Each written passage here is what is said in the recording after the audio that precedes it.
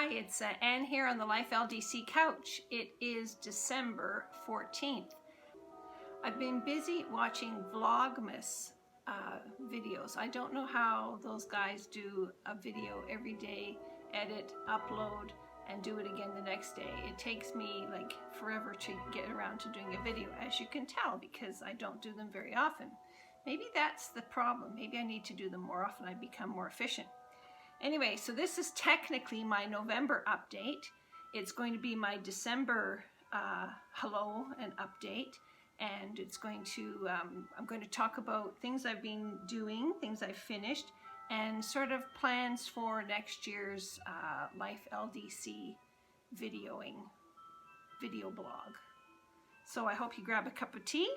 Isn't this cute? This is my brand new mug. I just got it over at a little place just takes me 3 minutes to get there around the corner that's open. It has a beautiful gift shop in it. I'll put a little bit of video about my visit there. They tempt you with free tea and tarts, and then you go in there and you buy all sorts of stuff, and I did not disappoint. I got earrings, I got cook stuff, I got a hat for the hubby, anyway. But I also bought our Christmas mugs. He has one too. The other one's got a squirrel on it. So grab a cup of tea, get your knitting, and sit down. Let's have a little chat about where Life LDC has been and where it's going next year. Okay, thanks. So first up is my finished project items. And you know, the sock focus or fantasy or phobia, or no, it's not a phobia. Anyway, I've been so focused on socks, and part of that was because I've been cleaning out my stash. So these are the last socks that I have found that were were left in my stash. They're 6-ply. They're thicker than my normal socks, or not my normal socks. They're thicker than the socks I've been knitting, and they turned out to be a perfect fit for the hubby. So he has commandeered these for his under his snow boot socks for when he's out snow blowing and stuff like that. So that is the last of my socks that I found already on the needles. So sock infatuation continues. I was down in a new little shop to me, but it turns out it's been there for, I think, 9 years in Burlington. And I found this Lang super socks with alpaca. And I absolutely love the colors in it. I sort of seem to have a thing for these colors. They're very similar to the pair that I've got on now. So what I did was I cast on and I started toe up. And I didn't really follow a pattern. I just cast on 20 stitches, 10 on each side, and then worked toe up. Put in a line for an afterthought heel and kept going. What I did first was I split the ball into 2 separate balls so that I knew how much yarn I had, because I wanted these to be a little bit longer because they're winter socks. And oh my goodness, these are so cozy.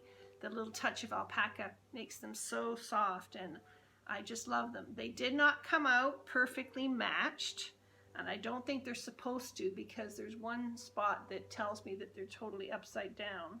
But anyway, I don't really care. Look at the heels. The heels don't match.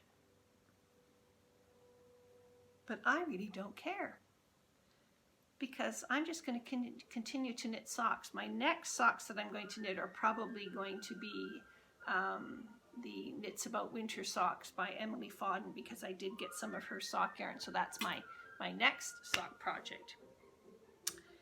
Well, my next cast on sock project, because I think I sort of hinted to you that I had sort of taken a little bit of a shortcut when it came to the whole sock thing. I'm just going to turn the music down a little bit. I love Christmas music, and I play it like crazy for like the last 2 weeks of December, and then after that, never listen to it again. So anyway, so what I did was I contacted someone that I met via Instagram, And this person makes sock tubes on her circular sock machine. So I went down and scrounged my stash, and I found all these balls of sock yarn. Excuse me, I'm a lawn bowler and we call them bowls, they're not balls, and so I'm starting to get the two of them mixed up. Must be a sign of age. So she took all my balls of sock yarn that honestly I've had downstairs for over, might be 10 years, because I joined a sock club at my local yarn store that has been gone for years and years and years.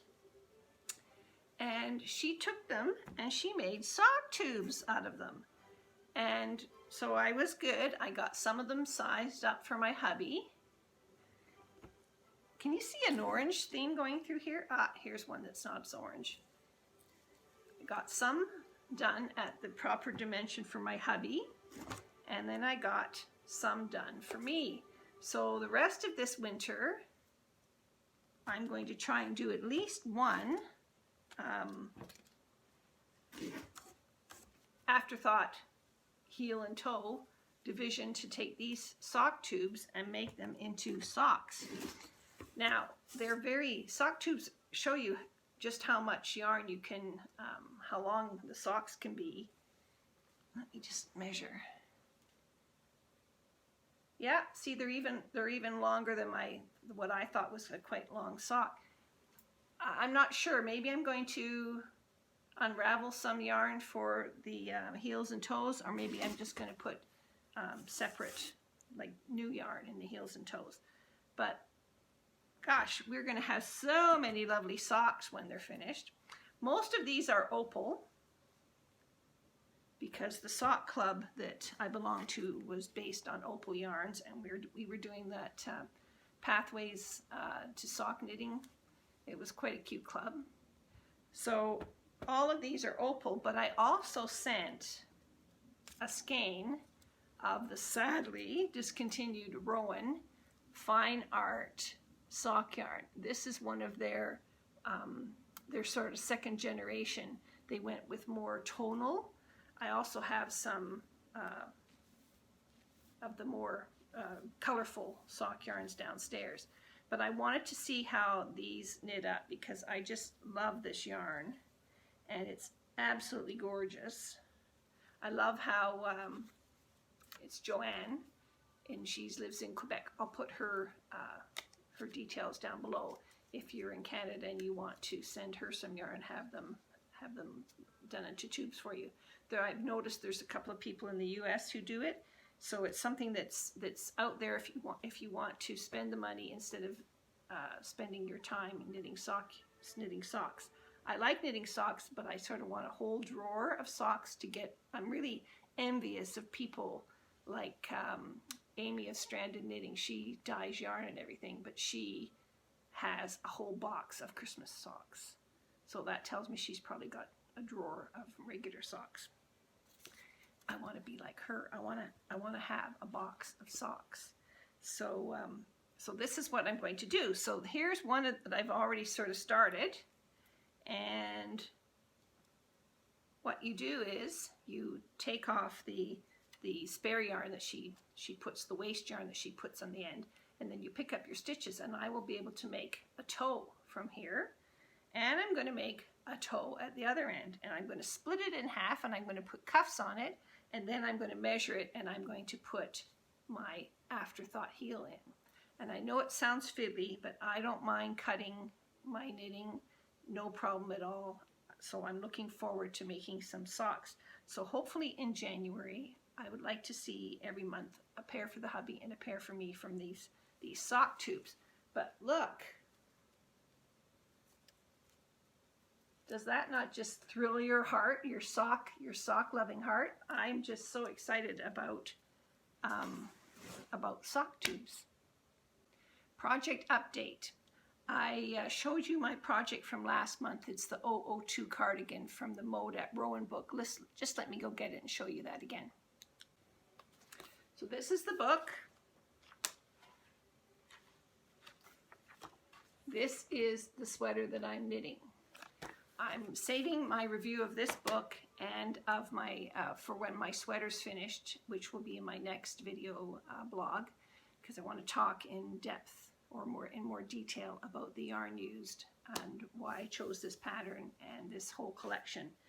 So I was finished. I have to tell you, I was finished. This sweater is one of those very wide, boxy, oversized sweaters. When I've got it on, it comes down to my elbow. And then the sleeve, the narrow sleeve, comes from the elbow down. So I did it, I had it all sewn up. I washed it. This is after washing because of the way it's knit. It sort of has a very bulbous, anyway, it's very like ridgy, but when you wash it, it drapes absolutely gorgeous. You can see it. It's just spectacular. I'm not showing you too much. I'm waiting to show you when it's finished. So I had the sleeves already knit up, and when I put it on, and I'll put some pictures here, the sweater itself just looked, it's supposed to be oversized, the body's supposed to be big, it's supposed to be drapey, but the sleeves came down to here. And I looked at it and I pushed them up, and then that made it bulge here. And I thought, no, if I go out to dinner in this thing, I'm going to hate this whole thing. Or if I'm sitting here and I'm wearing this, I'm going to be pushing it up all the time.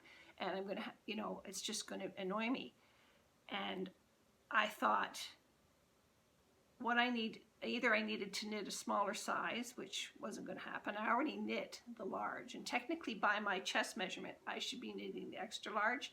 But I found that most of us knit, if you knit by the chest measurement, if you had any kind of whatevers, you tend to end up with a bigger sweater. You should knit by your underarm measurement, which is a reflection of your shoulder measurement, which gives you the proper size. So that's what I've been doing these days, and it's still a very large sweater. But it's meant to be a very large sweater. So anyway, I took the sleeves and I undid them from the body very carefully, and I cut a piece off. wasn't hard to do. Had to do it when everything was quiet. I went around, I picked up the stitches around the sleeve. So I took the sleeve off the body. I went around, picked up the stitches where I know I want to reattach the sleeve to the body. I worked unpicked the underarm seam so that I could find a piece of yarn to take it down to where the sleeve piece is, because I didn't want to disturb that seam that's here inside, because these sleeves are knit flat.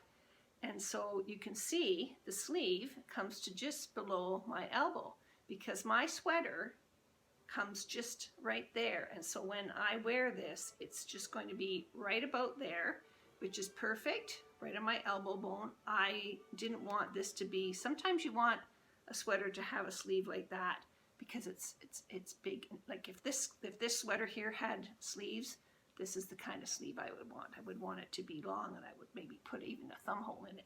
But this cardigan, to be elegant and to reflect the idea behind the design and the way it was displayed in the book, I needed to be shorter. So I took off a good almost 30 rows. So if you decide to knit that sweater, I would suggest washing it first and then measuring how long you need your sleeve to be done. Now, I do my sleeves first because I do my sleeves sort of as a swatch, and it helps me get used to the pattern. So I don't mind. I feel bad about wasting this yarn, but I have done both sleeves, and after I've videoed this afternoon or even tomorrow morning, Sunday morning, I will be putting these back on the sweater because I want to wear it Sunday to a little Christmas event that we're going to. I think it'll be absolutely lovely and cozy, and it'll be elegant. I've got a little top to wear underneath it, got a new hairdo, got some earrings. I don't know if I'm going to wear them or not tomorrow, but I'm gearing up for tomorrow for this is our big Christmas event. We don't do a lot for Christmas, but this is our sort of like get together. And I'm looking forward to it. I'm looking forward to wearing my new sweater. So I will update you on all that in January. Acquisitions. Oh my, I have fallen down the hand-dyed yarn rabbit hole. After saying I wasn't going to, I didn't like it. I don't know. It's just it started to creep into my world. It started with my trip to the Koigu dye studio and my day of dyeing. I absolutely love the yarn that I dyed for myself, and I have a problem with yarn. It's sort of like, oh, I love it so much I can't decide what to do with it. So, but it did. I'm working on that. So then I started watching the Koigu website because it came up to be Black Friday. I hate the concept of Black Friday, but I had been looking at something on the Koigu website, and Black Friday they had a discount, so I ordered it. And it is called, these are one of a kind. So if you buy KPPN, Koigu's Premium Painted Merino, the 900 series are one of a kinds. They can't be replicated with any kind of consistency. These are also one of a kinds, and they're called Hefty Hanks. And they're 1,000 yards of dyed Koigu all in one hank, and there's many colors used in this. When I saw the picture, I thought that this would go with my hand-dyed, the hanks that I hand-dyed myself. This is a little bit lighter and cooler colorway than mine, which is a very warm colorway. So I am going to, but there's so many colors that are similar, but I am going to do a little bit of swatching with this to see if they go together, because I'm still determined to make a drop-shouldered turtleneck. I love turtlenecks, and I need a new turtleneck. The two I've got right now, and I wear lawn bowling in that in the winter, are like ready to die. They need to be replaced. So this is going to be one of my January projects to use my two big groups of Koigu yarn and come up with something very simple, easy to knit, round and round in stocking stitch, so that it's something I can do when I'm just watching TV or I need something to fill in my time. But I also, oh dear, I also got all hooked up into the Ombre Advent business. I mentioned that to you, and I bought a Koigu kit, right? And I was going to do the Ombre shawl, but I didn't get started on time because something else distracted me. I'll tell you about that in a minute. So now I'm looking at what to do with this. So stay tuned, because this whole thing brought me to a conclusion, and we will talk about that again later. So what stopped me from starting anything sort of Adventish was the Marie Wallen Fair Isle Club 5. My parcel arrived. The pattern, the whole knit along started on December 2nd, and I started that. So let me just show you that. I started a binder for Fair Isle Club 5, and in it I put copies of the pattern, and I put my all the yarn, and I put the legend for the charts, and I put copies with the pattern, and they're in plastic sleeves, and I can refer to them, and when they're done I just move them to the back. And I like this because I can always find it. It's substantial, and it sits on my lap, or it sits on the side of the couch, or whatever. And so I've been working away, and the first section of the blanket starts with the centerpiece, a center square, and then you do square number 2 and square number 3. I sort of went 1, 3, and now I'm doing 2. So when you're finished this piece, you'll have 3 squares along, and then you will pick up and knit out for the next section. This is a fabulous project. I know not all of you are into Marie Wallin, or maybe you are, but you're not doing the Fair Isle Club. That's fine. I won't spend a lot of time talking about the Fair Isle Club because it's just going to keep going for the next few months. I hope, excuse me, I hope that that I'm going to have time to do other things, because I have not just strictly focused on this. I've been working on my sweater. I've been playing with socks. I finished my socks. So I'm hoping that there's enough time set between each section that I'll still be able to knit other things, because I have plans for next year. So let me get my thoughts together and then we'll talk about that.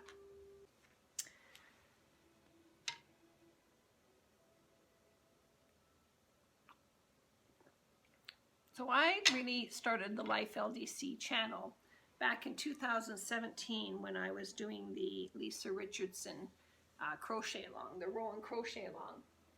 At every release, I did a video update on how to do the pattern. And sometimes I would literally just do the pattern, and then I would, whoops, sorry, I would just do the pattern, and then I would record it, and I would try to keep up, but I obviously failed miserably. I've got all these squares.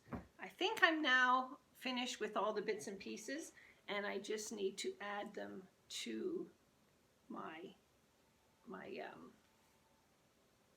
2017 crochet blanket. I absolutely love that blanket. It looks like something that would be in the Weasley house. Except it's a little bit too sophisticated, if you know what I mean. The colors are beautiful. The Weasley, Mrs. Weasley, love her dearly, but her colors are all over the place. Anyway, I need to finish that. I need to do these socks. I need to knit the Marie Wallin blanket. I need to finish the Marie Wallin Fair Isle Club 1 blanket. I've got projects and yarn exploding here. I've been tidying up. That's why I found all these socks yarn. I think it might be because of 2020, you know, these decade milestones make you think about where you're going, where you've been, what's happening. So I have been trying to tidy up, and by doing that, I've taken great stock of my yarn. It hasn't stopped me from buying some new stuff, but I have to tell myself I'm going to be really realistic here. I have to quit buying yarn. I really, really do. I can't in all, I just can't justify anymore. And I really need to shop my stash. And I'm sure I think I'm hearing some of you out there going, yeah, me too, me too. As knitters, we are constantly bombarded by social media. Well, before it was just magazines and stuff, but now it's like social media. Every time you get on Instagram or Facebook, you're getting, and YouTube videos, everybody's telling you about a new yarn, a new pattern, a new this, a new that. And the number of knitting magazines seems to me, has it gone up or has it gone down? I don't know. But anyway, Vogue Knitting, love Vogue Knitting. There's a pattern in there I'm absolutely lusting after right now that could be done in Koigu. I'm, of course, a Rowan ambassador, so I get a lot of brochures from them. I can't keep up with all the little ones that I've tagged, all the designs that I'd like to knit. Watching YouTube videos, there's designers that are on YouTube, and then there's the dyers that are on YouTube, and they find these unique patterns that show off their dyes and makes you think about where you want to do, like, you know, have you got something, or if you don't have something, you're going to have to go and buy something new. And so I just need to stop. Now, don't get me wrong. I am not saying I'm never going to buy anything again. But what I am saying is I'm going to shop my stash first. I'm going to try and finish projects that have been sitting in my stash room, that have been sidelined because I've been like a little like a squirrel. Oh, there's another nut over there to go get. Never mind the 4 I found over here. Let's go over there and let's look at that pattern. Let's start something else. I've been much better than what I was in my earlier knitting career. I actually finish things now. Before I would never finish things. They would just languish.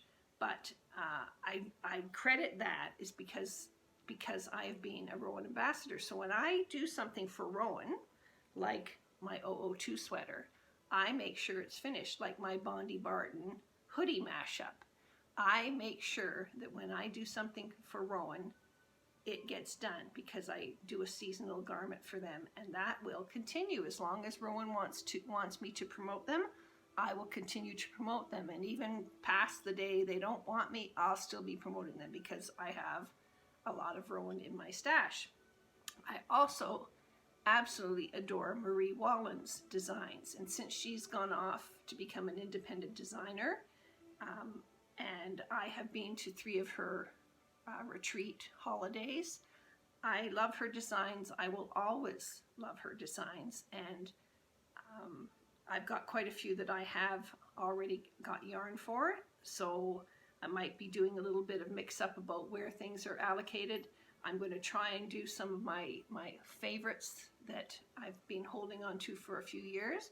So as you can see, I've got so much choice that I think that's part of what is what paralyzes me sometimes when I'm finished one thing and deciding what to do next. And also, let's face it, I have to look at the fact that I have a closet full of sweaters, and which ones do I wear? Which ones do I wear all the time? This is a winter sweater I wear all the time. I wear it when it's just even at night, when the house is cooling down. I wear it when I go out to feed the birds, when it's not snowing so bad like today. You'll see a clip of that too. It's snowing like crazy here today. So there are only so many sweaters you can knit. And I've always knit things that really intrigued me and challenged me, and I know I was going to wear them. And I'm going to be actually even more particular about what I knit in the future. They're going to be sweaters that I know that I'm going to wear, I'm going to use, and they're not just going to get knit and put in the closet. And so I say to you, have a good look at your closet, see which ones you wear, which ones you don't. I would never ever discard any of my sweaters. I have got rid of recently some store-bought sweaters, even some store-bought Shetland sweaters that I bought while I was there. They were machine knit.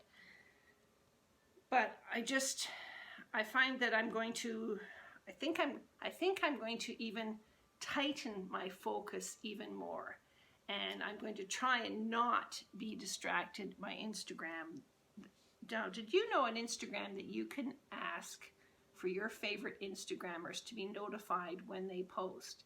And I have taken about 10 people that I really want to follow. I've put notification on, and I'm trying not to go onto Instagram unless it tells me that there's a notification. Now, there's about two or three of those people are not even knitters. I follow One Bike, One World because I love to watch that Dean and his little cat traveling around.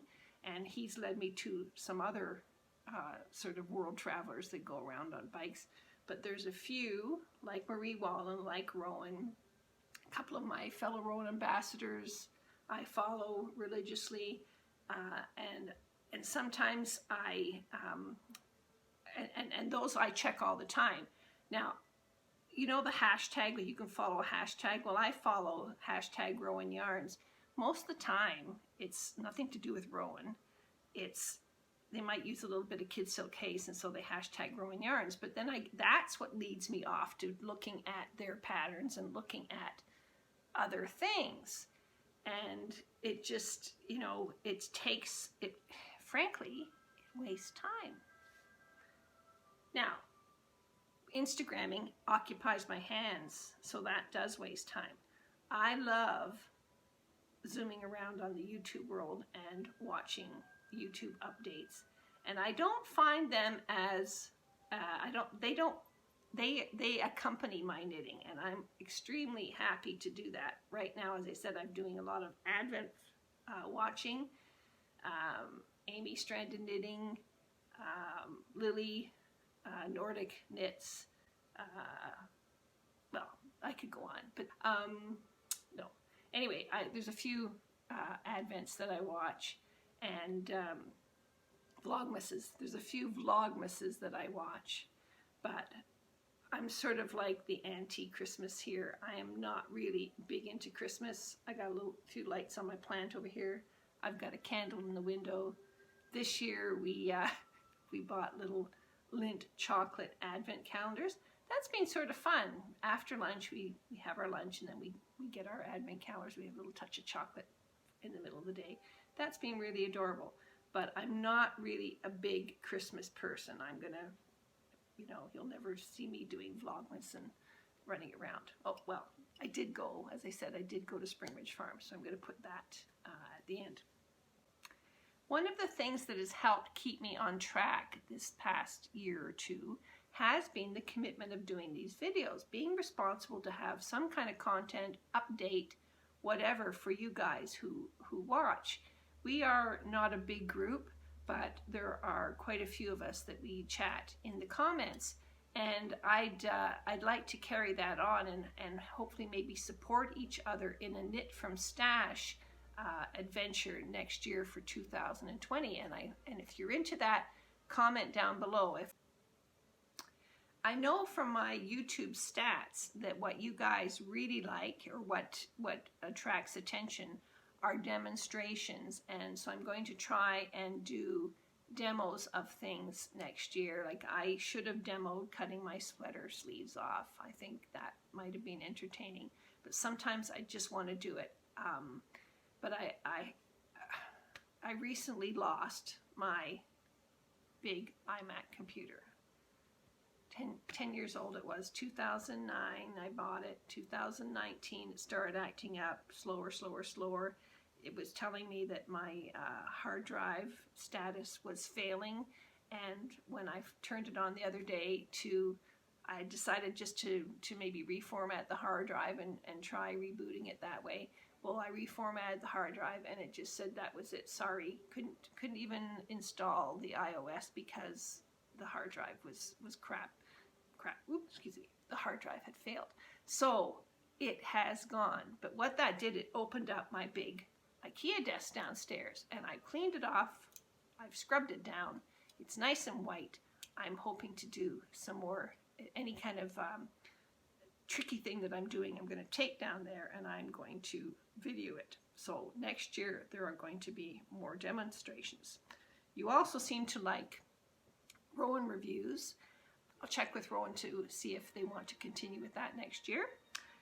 I would like to bump up my videoing to twice a month, a mid-month update and an end-of-the-month update. It might mean that there will be less content for each update, but that will make it easier for me to sit down and do it. Sometimes I find now that, excuse me, by the time I get to sit down and do the video, I've got so much going on in my head that I could go on and on and on, or possibly I've forgotten a lot of stuff that I want to talk about. So it's not good. I'm going to try and do a video. So I'm going to try and do a video twice a month next year. So let's see if that happens. My main goal when I first started this was, well, I actually didn't have a goal. When I first started this, I was just hoping that somebody would watch and maybe I would meet some people, some fellow like-minded knitters. Not so many knitters in my world are as focused on Rowan, Marie Wallen, more that kind of stuff. They are into all this new stuff, you know. I won't mention any names, the new hot designers and the new whatever yarns. So